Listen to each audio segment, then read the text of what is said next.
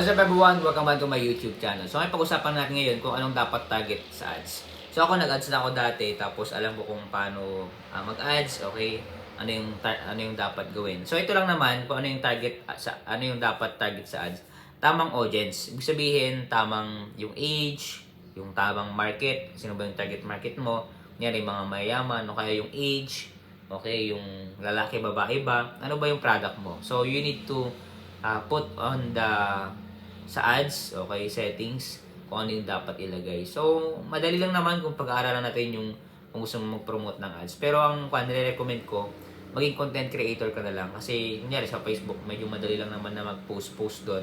So, mas maganda kasi na tayo, libre, yung advantage libre doon. Pero kung talagang kumita na tayo, malaki na yung pera natin, sige, mag-ads tayo. Okay, pero pag-aralan natin bago natin to gawin. Okay? If you want to buy this book, click the Facebook page of Fisher Education Master. Salamat po. God bless.